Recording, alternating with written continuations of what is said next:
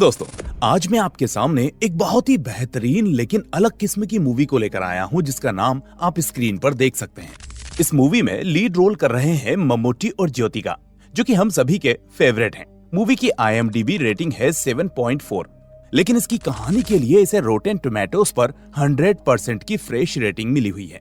Movie को last तक देखना, क्योंकि इसमें आप जो देखेंगे वो आज तक आपने किसी भी मूवी में नहीं देखा होगा। तो चलिए दोस्तों, शुरू करते हैं आज की ये एक्सप्लेनेशन। लेकिन आगे बढ़ने से पहले प्लीज इस वीडियो को लाइक और चैनल को सब्सक्राइब कर लेना। तो कहानी की शुरुआत होती है ओमना नाम की लेडी से, जो सुबह सुबह चर्च पहुंचती है और मोमबत्ती जलाकर चुपचाप प्रेयर करने लगती है। तभी हम देखते हैं कि उसकी बेटी फेमी वहां आती है और बड़ी मासूमियत से पूछती है कि पापा कहाँ हैं, जिस पर ओमना समझाती है कि उसके पिता मैथ्यू फिलहाल इलेक्शन के कामों में बहुत ही बिजी हैं। जिसके बाद फेमी आगे पूछती है कि क्या आपने पापा से बात की।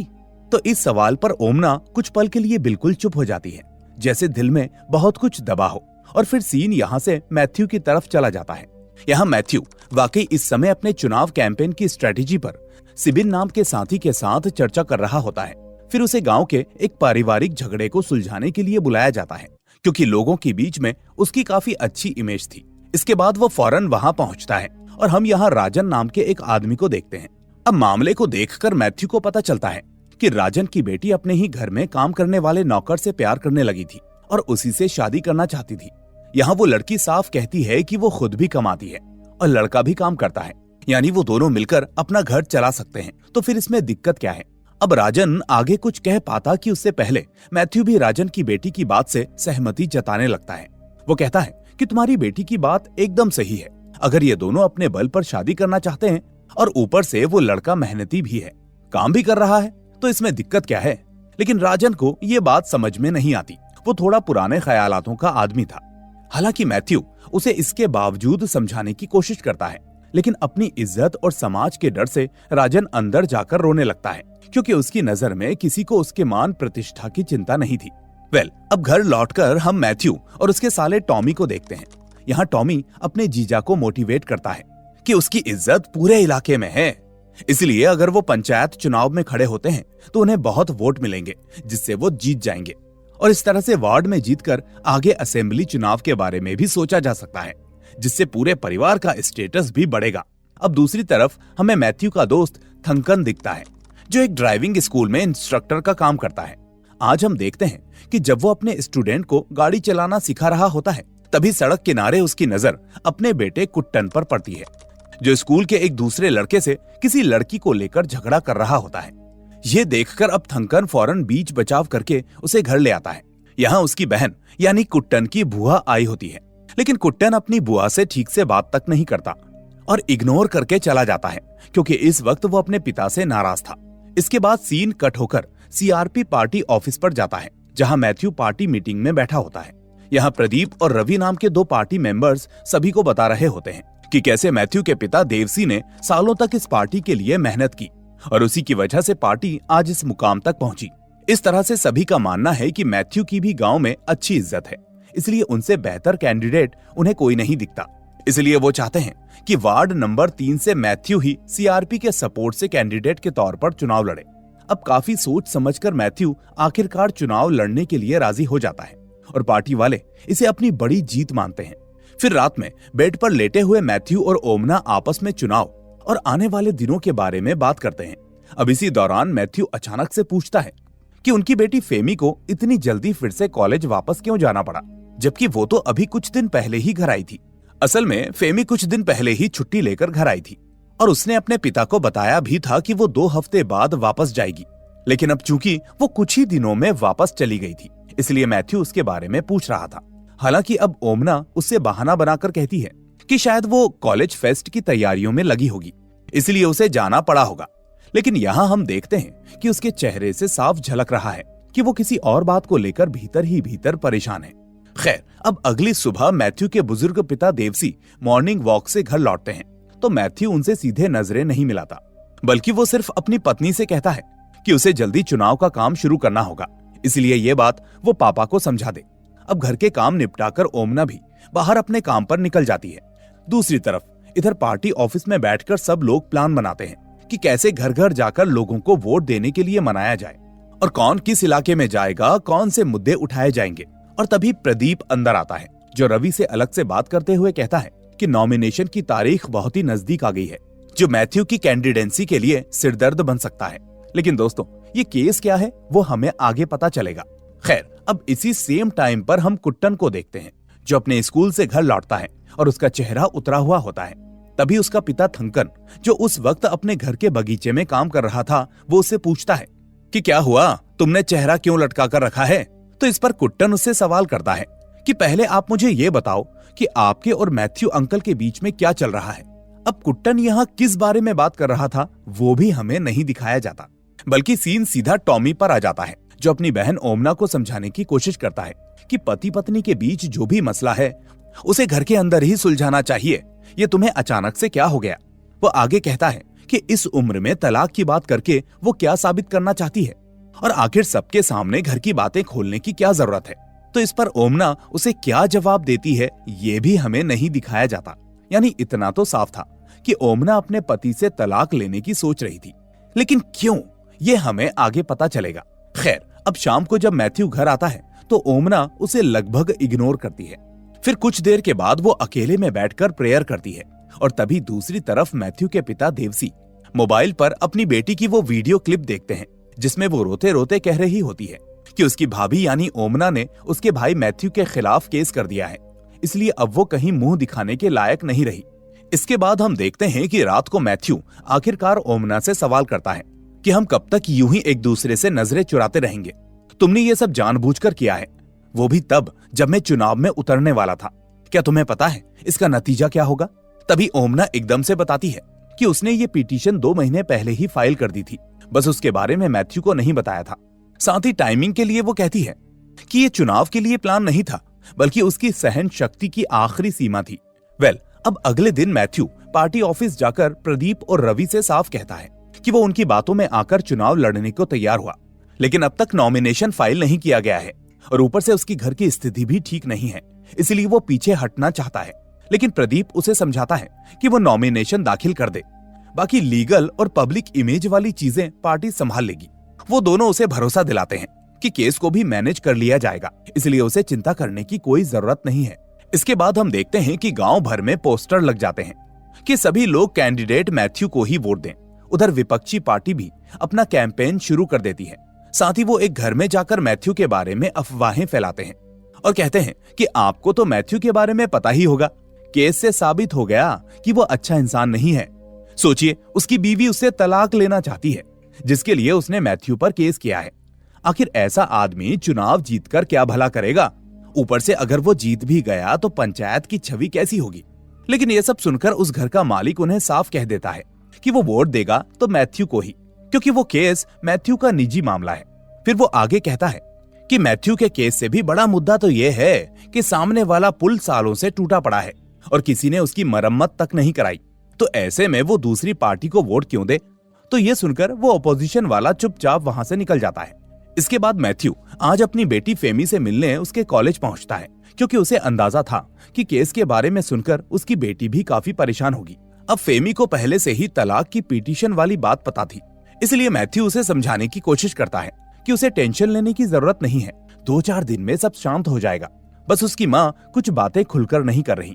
तभी फेमी बताती है कि 2 महीने पहले जब पिटीशन फाइल हुई थी तब वो माँ से बात कर चुकी थी और अब उसे भी सब कुछ पता है। हालांकि वो कहती है कि इसके बाद भी वो अपने पिता से बिल्कुल भी नाराज नहीं है, लेकिन माँ के फैसले का सम्मान भी करती है।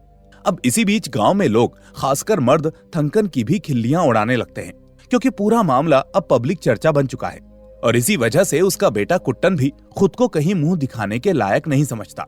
अब हालांकि हमें पता है कि मैथ्यू पर उसकी बीवी ने तलाक का केस किया है, यानी वो तलाक लेना चाहती है, लेकिन कुट्टन की बातों से लगता है कि मैथ्यू और कुट्टन के पिता के बीच में कोई राज है जो लोगों के सामने आ गया है। वहीं फेमी की बातों से लगता है कि तलाक के अलावा भी कुछ है जो उसे अपने पिता के बारे में पता है। अब मैथ्यू घर वापस आकर ओमना से पूछता है कि आखिर तुम चाहती क्या हो? क्या हम कोर्ट में एक दूसरे के खिलाफ खड़े हों? तो ओमना कहती है, आप पिटीशन उठाकर देख लीजिए, अगर उसमें लिखा कुछ भी गलत हो तो आप मुझसे लड़िए, लेकिन अगर एक भी बात झूठ नहीं है तो फिर ये मेरा हक है। अब यहीं से फिल्म असली मुद्दे की तरफ मुड़ती है। असल में तलाक की वजह सिर्फ नाखुशी नहीं, बल्कि पिटीशन में लिखा गया वो सच है कि मैथ्यू एक समलैंगिक यानी होमोसेक्सुअल आदमी है, जिसका भावनात्मक ज्यादा रिश्ता थंकन से है। और ओमना वर्षों से एक झूठी शादी में सिर्फ पत्नी की इमेज निभा रही थी। और यहीं से कहानी एक नया मोड़ ले लेती है। अगले दिन प्रदीप मैथ्यू को लेकर एक महिला वकील संजीता के पास जाता है। अब संजीता कोर्ट के पेपर्स को देखकर कहती है कि उसे ज्यादा टेंशन लेने की जरूरत नहीं है, क्योंकि जो एलिगेशंस लगे हैं उनके साथ में कोई ठोस प्रूफ अटैच नहीं है। हालांकि मैथ्यू नोटिस करता है कि पिटीशन में बार बार क्रुएलिटी शब्द लिखा गया है, जैसे कि उसकी वाइफ के साथ उसने कोई हिंसा की हो, जिस पर संजीता उसे समझाती है कि यह इसीलिए लिखा गया है क्योंकि ओमना को ऐसा लगता है कि उसका पति किसी दूसरे मर्द के साथ रिलेशन में है, और इसी भावनात्मक और शारीरिक खालीपन को वो क्रुएलिटी कहकर दर्ज कर रही है। संजीता ये भी कहती है कि अपोजिशन साइड की वकील अमीरा अक्सर बहुत कुछ लिख देती है, वो भी बिना प्रूफ के, इसलिए मैथ्यू को पैनिक होने की जरूरत नहीं है। पर तभी प्रदीप बीच में बोल पड़ता है कि मैडम, मैथ्यू चुनाव के लिए खड़ा होने वाला है, इसलिए केस जितना जल्दी हो सके निपट जाए तो अच्छा है। तो इस पर संजीता कहती है कि वो हाईकोर्ट से इस केस की स्पीडी डिस्पोजल के लिए अप्लाई कर सकते हैं। इसके बाद वो मैथ्यू से कुछ पर्सनल सवाल पूछती है कि क्या ओमना का किसी से अफेयर चल रहा है, या फिर प्रॉपर्टी को लेकर कोई विवाद है जिस वजह से वो ऐसा कर रही है। तो मैथ्यू इसके लिए साफ मना कर देता है कि नहीं, ऐसा कुछ भी नहीं है। इसके बाद वो पूछती है कि उसका अपना दोस्त थंकर के साथ क्या रिश्ता है। तो मैथ्यू कहता है कि बस हालचाल पूछने वाला दोस्ताना रिश्ता है, इससे ज्यादा कुछ नहीं। फिर वो मैथ्यू से उसकी और पत्नी की मैरिड लाइफ के बारे में भी पूछती है कि क्या आप लोग साथ में समय बिताते हैं। तो इस पर मैथ्यू कहता है कि उसे ओमना से अलग नहीं होना, वैसे ही शादी को 20 साल हो चुके हैं और उसके हिसाब से कोई बड़ी प्रॉब्लम नहीं है, बस वो परिवार को टूटने देना नहीं चाहता। आगे संजीता कहती है कि इस हिस्से पर उसे मैथ्यू से अकेले में और भी बातें करनी होगी, लेकिन बाद में। अब हम देखते हैं कि ट्रायल शुरू होने से पहले दोनों पति पत्नी को कोर्ट द्वारा काउंसलिंग के लिए भेजा जाता है। यहाँ काउंसलर दोनों का व्यवहार देखकर साफ कहती है कि उनके बीच कोई साधारण गलत फहमी नहीं दिख रही। हालांकि ओमना के मन में जो है उसमें उसे पूरी क्लैरिटी नजर आती है, लेकिन असल बात तभी निकलेगी जब मैथ्यू खुलकर अपनी सच्चाई बोलेगा, जो असल में इस वक्त अपनी बात रखने से थोड़ा झिझकता हुआ महसूस हो रहा था। अब उधर थंकन पर भी धीरे धीरे प्रेशर बढ़ता है। साथ ही उसका एक दोस्त उसे ताना मारता है कि मैथ्यू के चक्कर में उसे भी सब भुगतना पड़ रहा है। उसका दोस्त कहता है कि अभी तो सिर्फ नाम खराब हुआ है, आगे जब उसे खुद मदद की जरूरत पड़ेगी तो कोई साथ नहीं देगा। ऊपर से वो अपने बेटे के बारे में भी सोचे, उसके फ्यूचर पर क्या असर पड़ेगा। तो अब ये बातें सुनकर थंकन भी अंदर से हिल जाता है। फिर अगले दिन हम देखते हैं कि सीआरपी पार्टी का कैंपेन चल रहा होता है।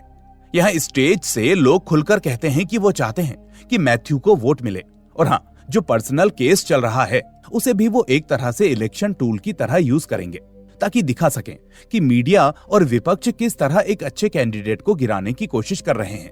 वो लोग जनता से कहते हैं कि मैथ्यू के बारे में भी सभी को पता है, वो कैसा इंसान है या उसका रवैया लोगों के प्रति कैसा है, इसलिए उसको वोट देना ही होगा, ताकि इस इलाके के सालों से रुके कामों को पूरा करवाया जा सके। पर तभी हम देखते हैं कि बारिश के शुरू होने पर रैली वहीं बीच में रोक दी जाती है। इधर मैथ्यू प्रचार पर्चे बांटता बांटता एक दुकान पर पहुंचता है, जहां उसका थंकन से आमना सामना हो जाता है। अब इसी बीच दोनों के दरमियान हल्की अनकही टेंशन झलकती है, जिसे वो एक दूसरे से शेयर नहीं करते। अब अगले दिन कोर्ट में ट्रायल की सुनवाई के दौरान संजीता जज से अनुरोध करती है कि फैसला जल्दी सुनाया जाए, क्योंकि उसका क्लाइंट चुनाव में खड़ा है। उधर देवसी यानी मैथ्यू के पिता उस दुकान पर जाते हैं जहां थंकन काम करता है, पर हम नोटिस करते हैं कि यहाँ वो दोनों एक दूसरे से नजरें नहीं मिला पाते। तभी इस बीच चर्च के फादर मैथ्यू के घर आते हैं, क्योंकि चर्च कम्युनिटी में मैथ्यू को लेकर उठे विवाद की वजह से वो उसे चर्च से बहिष्कृत करने पर विचार कर रहे होते हैं। तभी फादर ओमना से कहते हैं कि वो अपना केस वापस ले ले, क्योंकि मैथ्यू समझौता करने को तैयार है। ओमना साफ कहती है कि उसने बहुत सोच समझकर ये फैसला लिया है, लेकिन अगर अब पीछे हट गई तो खुद की नजरों में गिर जाएगी। फिर सबके जाने के बाद वो अपने भाई टॉमी से कहती है कि अगर वो सच में चाहता है कि वो आगे खुश रहे तो उसे उसका साथ देना होगा, चाहे समाज कुछ भी सोचे। अब उसी समय विपक्षी पार्टी का एक मेंबर ओमना को फोन करता है। वो कहता है कि उसने अपने पति पर केस करके बहुत अच्छा काम किया है। विपक्ष तो काफी समय से ऐसी ही किसी कंट्रोवर्सी का इंतजार कर रहा था। वो आगे कहता है कि अगर ओमना को किसी चीज या मदद की जरूरत हो तो वो उसकी मदद करने को तैयार हैं। यानी उसके दर्द को भी वो सिर्फ राजनीति का हथियार बनाना चाहते थे। अब अगले दिन कोर्ट ट्रायल में मैथ्यू की वकील संजीता ओमना से सवाल जवाब शुरू करती है। वो कहती है कि ऐसा लगता है कि ओमना अपने पति पर ये सारे एलिगेशंस लगाकर बस उनसे बदला लेना चाह रही है। तो इस पर ओमना की तरफ से लड़ रही वकील अमीरा बीच में बोलती है कि असल मुद्दा यह है कि मैथ्यू ने कभी अपनी होमोसेक्सुअलिटी के बारे में खुलकर बात नहीं की, न पत्नी से न समाज से। वो कहती है कि ऐसे कई पुरुष हैं जो खुद गे हैं, लेकिन नॉर्मल दिखने के लिए शादी करके एक आरामदायक जिंदगी जीते रहते हैं, और पीड़ित होती है उनकी पत्नी, जिसे कभी मानसिक या शारीरिक सुख उनसे नहीं मिल पाता। इस पर संजीता कहती है कि मैथ्यू समाज में इज्जतदार आदमी है, और अगर वो गे है भी तो ये अपने आप में कोई क्राइम नहीं है। लेकिन फिर वो ओमना से एक तीखा सवाल पूछती है कि अगर आपका पति गे है तो आपकी बेटी पैदा कैसे हुई। तो इस पर ओमना शांत रहते हुए जवाब देती है कि बहुत जिद करने के बाद ही फेमी पैदा हुई थी। साथ ही वो ये भी बताती है कि शादी के इतने सालों में उनके बीच में सिर्फ 4 बार ही शारीरिक संबंध बने हैं। अब ये सुनकर कोर्ट में सन्नाटा छा जाता है और खुद मैथ्यू भी शर्म से अपना सिर झुका लेता है। लेकिन इसके बाद भी संजीता फिर से पॉइंट रखती है कि मैथ्यू ने कभी उस पर डोमेस्टिक वायलेंस नहीं किया, ना ही शारीरिक टॉर्चर, तो क्रुएलिटी कैसे साबित होगी। तो अमीरा का जवाब साफ होता है कि यहाँ बात सिर्फ मारपीट की नहीं, बात यह है कि मैथ्यू ने अपनी असली सेक्सुअलिटी छुपाकर ओमना को पूरी जिंदगी एक झूठे रिश्ते में कैद करके रखा। यही अपने आप में मानसिक और वैवाहिक क्रूरता है, और इस आधार पर वो तलाक मांग सकती है। इसके बाद अमीरा जज को ये भी बताती है कि उसकी क्लाइंट कोई मेंटेनेंस या पैसा नहीं चाहती, वो सिर्फ तलाक चाहती है और अपनी जिंदगी वापस चाहती है। फिर संजीता पूछती है कि ओमना को कब पहली बार शक हुआ कि उसके पति की ओरिएंटेशन अलग है। तो ओमना कहती है कि शादी के कुछ ही समय बाद उसे ये महसूस होने लगा, लेकिन उसने सोचा शायद मैथ्यू किसी तनाव में है, इसलिए ऐसा होगा। लेकिन फिर बेटी के जन्म के बाद उसे यकीन हुआ कि उसके पति का कहीं और अफेयर है, लेकिन सबूत नहीं था। आगे जज उससे पूछते हैं कि क्या उसके पास कोई ठोस सबूत है कि मैथ्यू और थंकन के बीच में ऐसा रिश्ता है। तो ओमना के पास कोई डायरेक्ट प्रूफ नहीं होता, जिससे उसकी वकील अमीरा भी थोड़ी असहज हो जाती है। फिर संजीता उससे आगे पूछती है, अगर आपको 18 साल पहले ही ये सब महसूस होने लगा था तो आपने अभी इतने सालों बाद पिटीशन क्यों फाइल की। तो ओमना इस सवाल पर खामोश रह जाती है, जिससे संजीता इसे जज के सामने ऐसे रखती है कि देखिए, ओमना वास्तव में किसी पर्सनल फ्रस्ट्रेशन या गुस्से में डिवोर्स चाहती है और होमोसेक्सुअलिटी को बस बहाना बना रही है। पर तभी अमीरा इसका काउंटर करती है। वो कहती है कि सालों साल औरतों को चुप रहना सिखाया गया, अपनी फीलिंग्स दबाने को कहा गया, इसलिए जब ओमना का सब्र टूट गया तो उसने आवाज उठाई, आखिर इसमें गलत क्या है। तभी वो जज को याद दिलाती है कि सेक्शन 377 हटने से पहले होमोसेक्सुअलिटी खुद एक क्राइम थी, यानी कुछ साल पहले तक मैथ्यू कानून की नजर में भी क्रिमिनल थे। इसलिए हो सकता है कि ओमना ने इसी बदलाव के बाद हिम्मत जुटाई और अब केस लड़ना सही समझा, ताकि उसके पति को जेल ना जाना पड़े, क्योंकि कहीं ना कहीं वो अपने पति को जेल में धकेलना नहीं चाहती थी। अब ट्रायल के अगले दिन वकील अमीरा मैथ्यू को कटघरे में बुलाती है। फिर वो उससे सीधा पूछती है कि अगर गे होना वजह नहीं है तो आपको क्या लगता है, आपकी पत्नी आपको तलाक क्यों देना चाहती है। तो इस पर मैथ्यू बस इतना कह पाता है कि उसे नहीं पता, और उसके रिलेशनशिप से जुड़े सवालों पर वो साफ साफ जवाब देने से कतराने लगता है। इस तरह से वो अपने गे होने की सच्चाई कोर्ट के सामने कबूल नहीं कर पाता, जिससे वो असहज और डिफेंसिव दिखने लगता है। अब ये सब देखकर उसकी वकील संजीता भी घबरा जाती है कि कहीं केस हाथ से निकल ना जाए। इसलिए सुनवाई के बाद वो मैथ्यू से कहती है कि उसे लगा था कि वो समझदार इंसान है और जो कुछ भी बताया वही पूरा सच है, लेकिन उसने उससे भी बहुत कुछ छुपाया है। इसलिए उसे ऑफिस में आकर खुलकर बात करनी होगी, ताकि केस को अच्छे से संभाला जा सके। फिर कोर्ट से निकलकर कार के पास आते समय मैथ्यू को LGBTQ कम्युनिटी के लिए काम करने वाला एक आदमी रोकता है। वो कहता है कि वो समझ सकता है कि मैथ्यू किस हालत से गुजर रहा है, लेकिन पहले से ही गुस्से और शर्म से भरा मैथ्यू उसे नजरअंदाज करके चला जाता है। इधर घर की तरफ उसका साला टॉमी उसे समझाता है कि अब उसे भी केस वापस लेने पर विचार करना चाहिए और ओमना को आजाद कर देना चाहिए। उसका कहना था कि वो मान चुका है कि शुरू में वो अपनी बहन को समझ नहीं पाया, लेकिन अब उसे लगता है कि जो ओमना कर रही है वो सही है। इसके बाद मैथ्यू के पिता भी अपनी बहू से रिक्वेस्ट करते हैं कि वो केस वापस ले ले और उसके बेटे को छोड़ दे, पर ओमना उनसे साफ कहती है कि उन्हें भी सब पता था, यानी अपने बेटे की सच्चाई और दोनों के बीच की दूरी, और इसी वजह से बाप बेटे की सही से बातचीत नहीं होती। हालांकि पहले उसे लगा था कि ये आम बात है और पीढ़ी का गैप है, लेकिन बाद में उसने असली वजह समझी। वो कहती है कि उसका किसी की इज्जत मिटाने का इरादा नहीं है, लेकिन अब बहुत हो चुका है और उसके बर्दाश्त के बाहर है, इसलिए वो ऐसी शादी में और नहीं रह सकती और इसीलिए उसे ये कदम उठाना पड़ा। अब दूसरी तरफ थंकन अपने दोस्त के साथ दुकान पर बैठकर शराब पी रहा होता है और तभी वो अपने ही बेटे कुट्टन को भी वहीं शराब पीते हुए देखता है। फिर वो जाकर उसे समझाता है तो कुट्टन रोते रोते कहता है कि अब उसका कोई दोस्त नहीं, सब उसका मजाक उड़ा रहे हैं, वो पूरी तरह से अकेला पड़ गया है। साफ था कि लोग उसे उसके पिता और मैथ्यू के बीच के रिश्ते को लेकर चिढ़ा रहे थे, जो उसकी मानसिक हालत को खराब किए जा रहा था। इधर पार्टी ऑफिस में मैथ्यू इलेक्शन कैंपेन की मीटिंग में होता है और तभी उसे वकील संजिता का फोन आता है। अब वो उसे बताती है कि विपक्ष ने कोर्ट में एविडेंस दोबारा खोलने की पिटीशन डाली है और इससे पता चला है कि अगली सुनवाई में एक नया गवाह पेश होने वाला है। फिर अगले दिन ट्रायल में वही नया गवाह आता है, जो कोई और नहीं बल्कि मैथ्यू के पिता देवसी थे। अब कटघरे में खड़े होकर वो मान लेते हैं कि उनका बेटा होमोसेक्सुअल है और ओमना इसी वजह से ये रिश्ता खत्म करना चाहती है। तभी संजीता उनसे पूछती है कि क्या उनके पास कोई ठोस प्रूफ है कि उनका बेटा गे है। तो देवसी कहते हैं कि वो मेरा बेटा है, मैं बचपन में ही समझ गया था कि उसका मन कैसा है।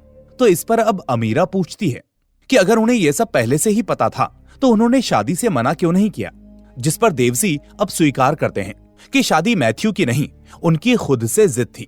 उन्होंने ही कहा था कि शादी के बाद सब ठीक हो जाएगा, इसलिए मैथ्यू मान गया। यानी इस सब में वो एक तरह से खुद को कसूरवार ठहराते हैं। इसके बाद थंकन अपने बेटे कुट्टन को अपनी बहन के घर भेज देता है ताकि उसे वहां भेजकर कम से कम स्थानीय बेइज्जती से बचाया जा सके और उसके दिमागी हालत को और खराब होने से बचाया जा सके। इसके बाद रात को मैथ्यू अपने पिता से खुलकर बात करता है। वो कहता है कि उन्हें उसके बारे में सब कुछ पता था, फिर भी उन्होंने डॉक्टर के सामने कह दिया कि शादी के बाद सब ठीक हो जाएगा। वो कहता है कि मेरी वजह से ओमना की जिंदगी बर्बाद हो गई, मुझे आजादी मिली, पढ़ाई, करियर, राजनीति, सब कुछ, लेकिन जब मुझे आपकी सबसे ज्यादा जरूरत थी तब आपने मुझे समझा ही नहीं। इस तरह से वो अपने पिता से लिपटकर फूट फूट कर रो पड़ता है और कमरे में बैठी ओमना ये सब चुपचाप सुनती रहती है। इधर थंकन अब खुद को भी पूरी तरह से अकेला महसूस करता है, जिसके बाद वो मैथ्यू को फोन करके उससे बात करना चाहता था, लेकिन मैथ्यू उसका कॉल काट देता है क्योंकि वो खुद भी गिल्ट, गुस्सा और डर के बीच में फंसा हुआ था। अब कुछ समय के बाद मैथ्यू इस बारे में बहुत सोचता है और आखिर में ओमना से माफी मांगता है। वो कहता है कि वो हमेशा पूरी दुनिया को अपनी सच्चाई बताना चाहता था कि वो कैसा है, लेकिन कभी भी हिम्मत जुटा नहीं पाया। तो इस पर ओमना रोते रोते पूछती है कि आखिर फिर तुम मेरे साथ रहना ही क्यों चाहते हो? क्या तुम्हें नहीं लगता कि तुम्हें वैसे ही जीना चाहिए जैसे तुम सच में हो? तो मैथ्यू कहता है कि मैं अपनी वजह से तुम्हें परेशानी में नहीं देख सकता, यही वजह है कि मैं तलाक के लिए अब तक राजी नहीं हुआ। पर आज जब कोर्ट में सभी के सामने मेरी बात आई तो मुझे एहसास हुआ कि मैंने तो तुम्हें एक बंधन में बांध कर रखा है।